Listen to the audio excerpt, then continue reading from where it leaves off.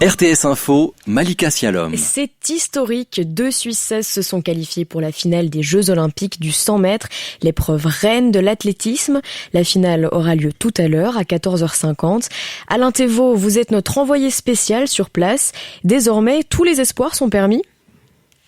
Ah oui, tous les espoirs sont permis. Elles peuvent rêver de médailles sur cette piste ultra rapide. On a pu le remarquer dans les séries. Aya Del Ponte, la Tessinoise, a été la première Suissesse à se qualifier pour la finale du 100 mètres. Elle a terminé 2e de sa série en 11 secondes 01. Derrière la Jamaïcaine Hélène Thompson-Hera. Mujinga Kombuji, la Bernoise, l'a imitée en se classant également 2e de sa série un quart d'heure plus tard. Et derrière une autre Jamaïcaine qui sera tout à l'heure la grande favorite pour le titre olympique, Shelly-Ann Fraser-Pryce. Mujinga Kombuji a couru en 10 secondes 96. La concurrence sera forte, mais les Suissesses n'auront rien à perdre tout à l'heure à 14h50 heure suisse. Pourquoi pas une médaille? 2 Suissesses en finale du 100 mètres au JO. C'est historique et cela laisse entrevoir de très belles choses, notamment pour le relais 4x100 mètres.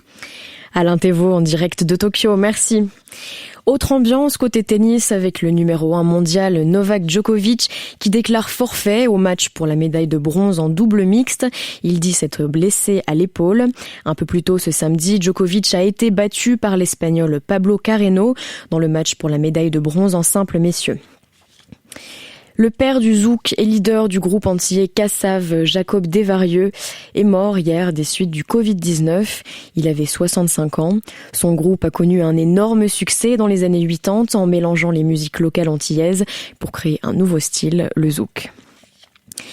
Les conséquences sociales de la pandémie sont inquiétantes. Les mots de Marcel Salaté dans le Tages-Anzeiger de ce samedi. L'épidémiologiste, ancien membre de la task force de la Confédération, estime que les gens n'osent presque plus parler vaccin avec des personnes d'un autre avis.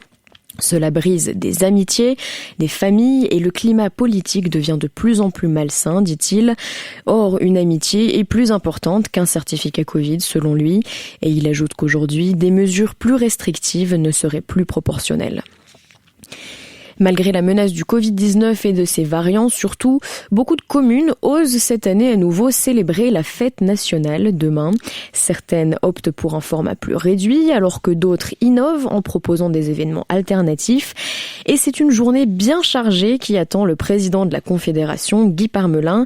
Il prendra d'abord un brunch en terre fribourgeoise, puis il se rendra à Villars-sur-Olon dans le canton de Vaud, avant de mettre le cap sur le canton de Berne et de revenir à Lausanne pour la soirée.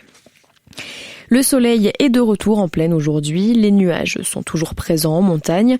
Le ciel va progressivement se couvrir au cours de l'après-midi avec quelques précipitations en vallée et dans les préalpes qui finiront par s'étendre aux autres régions.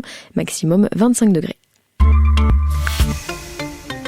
Plus vite, plus haut.